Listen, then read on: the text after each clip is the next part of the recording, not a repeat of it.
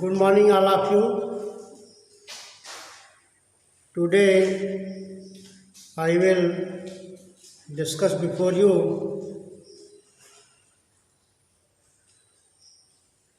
the Government of India Act 1935. Yesterday I have delivered the lecture on Minto-Morley reforms, which was held in 1909, and Government of India Act 1935. 1909 का Minto-Morley अधिनियम जो कि British संसद द्वारा पारित किया गया, जिसने भारत में भारतीयों की उत्तरदायित्व सरकार की मांग को पूरा न कर सका। तत्पश्चात भारत में सुधारों की दृष्टि से भारत सरकार अधिनियम 1919 को पारित किया गया, जिसमें आंशिक आधार पर प्रांतों में उत्तरदायी सरकार की स्थापना की मांग को स्वीकार किया गया। लेकिन यह अधिनियम भारतीयों के मांग को पूरा न कर सका, क्योंकि 1919 का अधिनियम, जिसमें केंद्रीय सरकार, केंद्रीय विधानमंडल तथा प्रांतों में द्वैध शासन की व्यवस्था की स्थापना की दिशा में अग्रसर था, उससे भारतीयों के उत्तरदायित्व की मांग को पूर्ण न किया जा सका। तो प्रांतों में द्वैध शासन की स्थापना के विषय में हम आपको बताएंगे 1919 के अधिनियम की, कि प्रांतों में द्वैध शासन की स्थापना ब्रिटिश संसद ने 1919 के अधिनियम के द्वारा प्रांतों में आंशिक स्तर पर उत्तरदायित्व शासन की मांग को पूरा किया। इसलिए प्रांतों में द्वैध शासन की मांग को स्वीकार किया गया।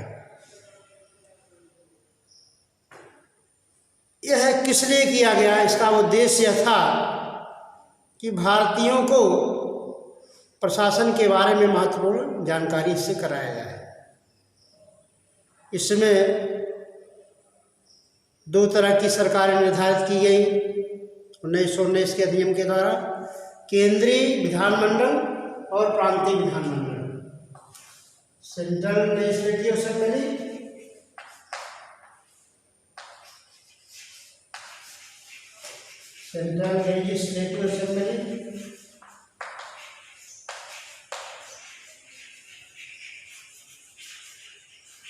और दूसरा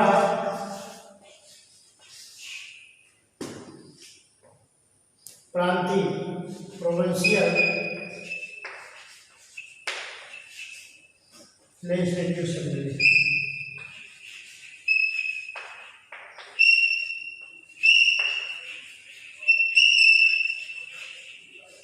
तो सेंट्रल लेजिस्लेटिव असेंबली और प्रोविंशियल लेजिस्लेटिव असेंबली, केंद्रीय विधानमंडल को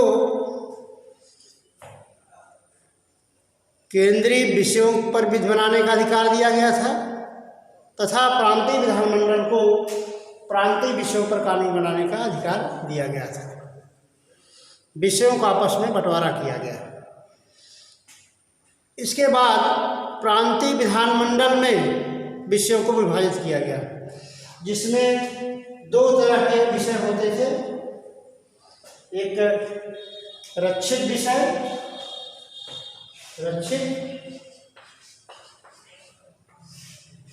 इसको प्रोटेक्टिव कहा जाता है, प्रोटेक्टिव सब्जेक्ट्स क्या है। दूसरा हस्तांतरित,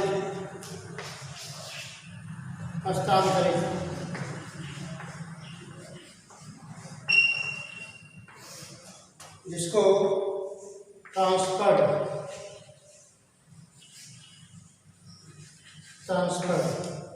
तो रक्षित विषय अधिक महत्वपूर्ण मामले होते थे, तथा हस्तांतरित विषय जो है रक्षित से कम महत्वपूर्ण होते थे।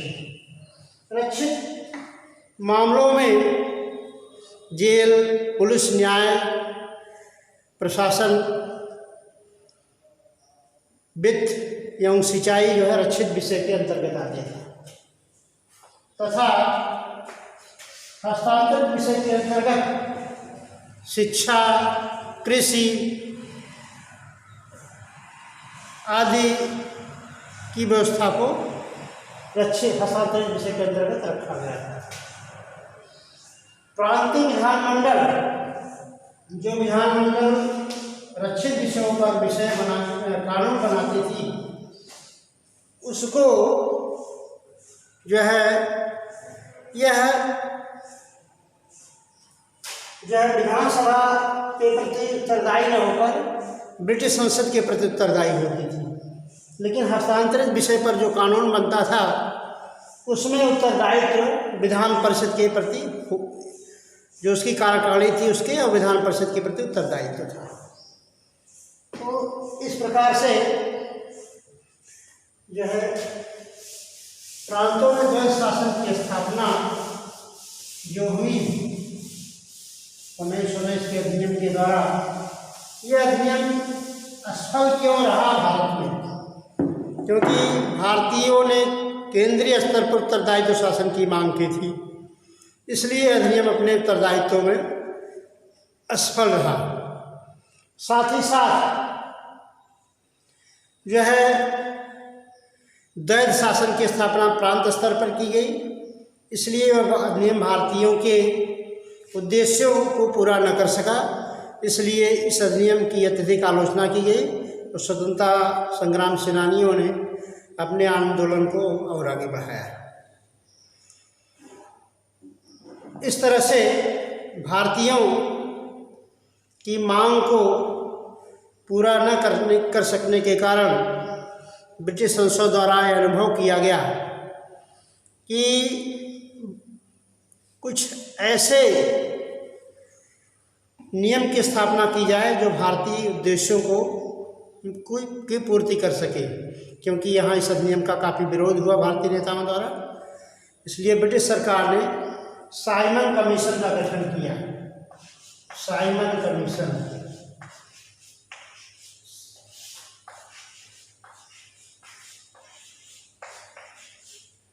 1927 में साइमन कमीशन का गठन किया गया और यह कमीशन 1928 में भारत आया। क्योंकि उत्तरदायित्व, भारतीयों के उत्तरदायित्व की मांग का समर्थन न करने के कारण भारतीय स्वतंत्रता संग्राम सेनानियों में असंतोष बढ़ता जा रहा था और उसी समय भारतीय राजनीति में महात्मा गांधी का भी प्रवेश हुआ, जिन्होंने असहयोग आंदोलन के माध्यम से आंदोलन को और अधिक गति प्रदान की और भारतीयों ने पूर्ण स्वराज्य की मांग की, पूर्ण स्वायत्तता की मांग उठनी और तेज शुरू हो गई। तो भारतीयों को संतुष्ट करने के लिए साइमन आयोग ब्रिटिश सरकार द्वारा भारत भेजा गया, लेकिन इसमें महत्वपूर्ण कमी यह थी कि इसमें कोई भी सदस्य भारतीय नहीं था। तो कोई भी सदस्य भारतीय न होने के कारण इस कमीशन का भारत की सभी पार्टियों ने इसका जो है बहिष्कार किया और आंदोलन तीव्र गति से और तेज बढ़ता गया। अतः भारतीय परिस्थितियों में सुधार के लिए एक अन्य सुधार अधिनियम ब्रिटिश संसद द्वारा भारत भेजा गया, जिसको भारत सरकार अधिनियम 1935 के नाम से हम जानते हैं। Government of India act, the government of India act was formulated in 1935 by the British Parliament। 1935 का government of India act, Bharat सुधार अधिनियम, यह अधिनियम अपने में काफी महत्वपूर्ण था। इस अधिनियम में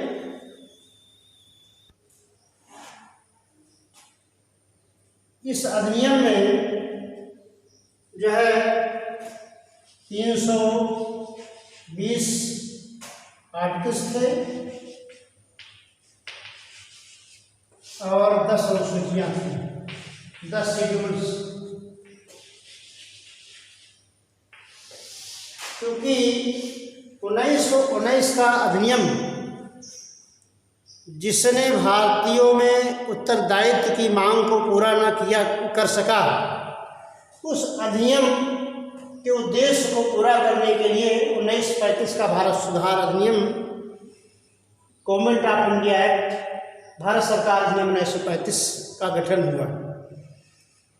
वास्तव में इस अधिनियम में 325 अनुच्छेद तथा 10 अनुसूचियां थी और इस अधिनियम को 1935 के अधिनियम को, जो भारत सरकार अधिनियम था, यह भारतीय संविधान का अग्रगामी कहा जा सकता है। कहने का तात्पर्य है कि भारतीय संविधान के काफ़ी उपबंध 1935 के अधिनियम पर आधारित है, क्योंकि इसमें संघात्मक सरकार की व्यवस्था, जो संघात्मक सरकार की व्यवस्था वो भारतीय संविधान में अपनाया गया है, वह भी 1935 के अधिनियम की ही देन है। और अब इस अधिनियम की क्या प्रमुख विशेषताएं हैं, इसके बारे में हम आपको बताएंगे। पहली विशेषता यह थी कि संघात्मक सरकार की स्थापना के लिए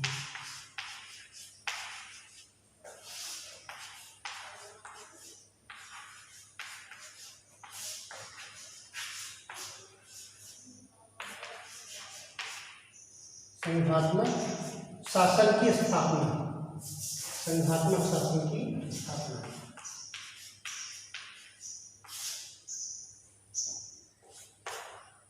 एस्टेब्लिशमेंट ऑफ द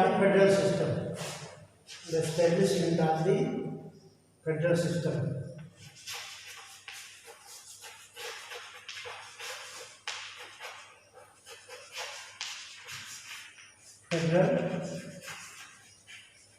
सिस्टम, पहला संघात्मक सरकार की स्थापना। चूंकि भारत में कुछ ऐसी 320 भारत में कुछ ऐसे भाग थे जिसमें यहाँ के रियासतों को संघ में शामिल होने का अधिकार था, लेकिन भारत में कुछ देशी रियासतें थीं, इनको भारतीय संघ में शामिल होने का अधिकार दिया गया था, लेकिन यह अधिकार स्वेच्छा से दिया गया था और यह अधिकार एक इंस्ट्रूमेंट ऑफ असेशन के माध्यम से दिया गया था। इंस्ट्रूमेंट ऑफ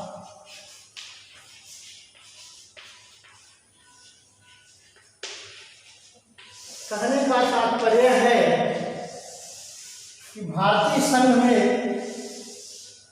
कोई भी रियासत स्वेच्छा से शामिल हो सकती थी, उस पर किसी को दबाव डालने का अधिकार नहीं था।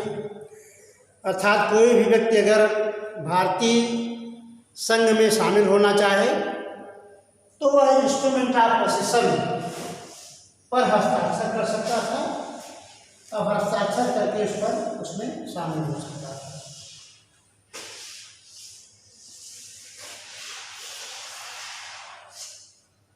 इस प्रकार से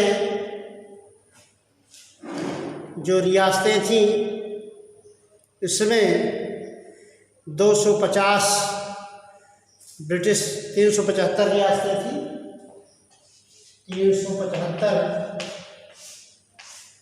जिसमें 250 ब्रिटिश भारतीय प्रांतों द्वारा सदस्य हुए थे। 350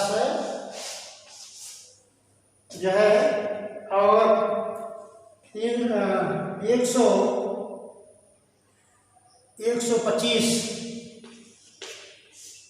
250 ब्रिटिश प्रांतों से आते थे, 125 देसी रियासतों के शामिल थे सदस्य थे। तो 375 कुल मेंबर थे, 375 मेंबर्स थे, जिसमें 250 जो मेंबर्स थे वो ब्रिटिश भारतीय प्रांतों द्वारा इनका जो है निर्वाचन किया गया था, तथा 125 सदस्यों का निर्वाचन जो है देसी रियासतों के माध्यम से ये नॉमिनेटेड होते थे। 250 ब्रिटिश भारतीय प्रांतों द्वारा भेजे जाते थे, तथा 125 सदस्यों को जो है गवर्नर जनरल क्या करता था, तो जो देसी रियासतें थे उसके द्वारा नामित सदस्य होते थे। तो 350 मेंबर भारतीय संघ में उसमें थे। तो संघात्मक सरकार में केंद्रीय तथा प्रांतीय स्तर पर 2 प्रकार की सरकारों का गठन किया गया था। एक केंद्रीय सरकार, दूसरा सेंट्रल गवर्नमेंट, केंद्रीय सरकार, दूसरा प्रांतीय सरकार, प्रोविंशियल गवर्नमेंट।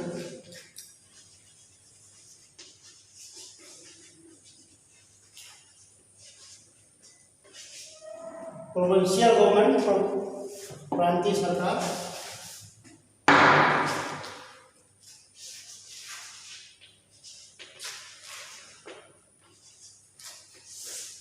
तो केंद्रीय सरकार को केंद्रीय विषय पर कानून बनाने का अधिकार था, प्रांतीय विषय पर प्रांतीय सरकार को प्रांतीय स्तर आधार पर कानून बनाने का अधिकार प्रदान किया गया था।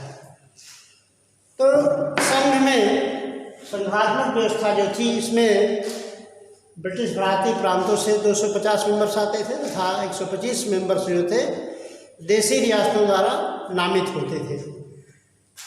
इस प्रकार से 350 मेंबर्स थे जिसने संघात्मक सरकार की स्थापना की, और एक प्रवेश अभिलेख के माध्यम से लोग शामिल, उस पर हस्ताक्षर करके शामिल होते थे। दोहरी व्यवस्था जो थी, दूसरा पॉइंट इसमें है महत्वपूर्ण कि चूंकि 1919 के अधिनियम में प्रांतों में आंशिक स्वायत्ता के शासन की स्थापना की, लेकिन द्वैध शासन, लेकिन इस अधिनियम में 1925 के अधिनियम में केंद्रीय स्तर पर द्वैध शासन की स्थापना की। केंद्रीय स्तर पर द्वैध शासन की स्थापना की, द्वैध शासन की स्थापना की।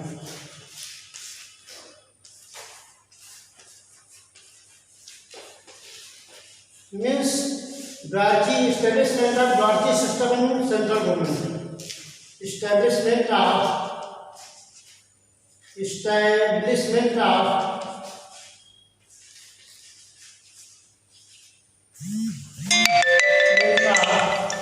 Dwarki system in central government, प्रांतीय केंद्रीय स्तर पर द्वैध शासन की व्यवस्था की गई, और इसमें विषयों को 2 भागों में विभाजित किया गया, रक्षित तथा हस्तांतरित। रक्षित विषय जिसे प्रोटेक्टिव सब्जेक्ट कहा जाता है, दूसरा विषय हस्तांतरित विषय।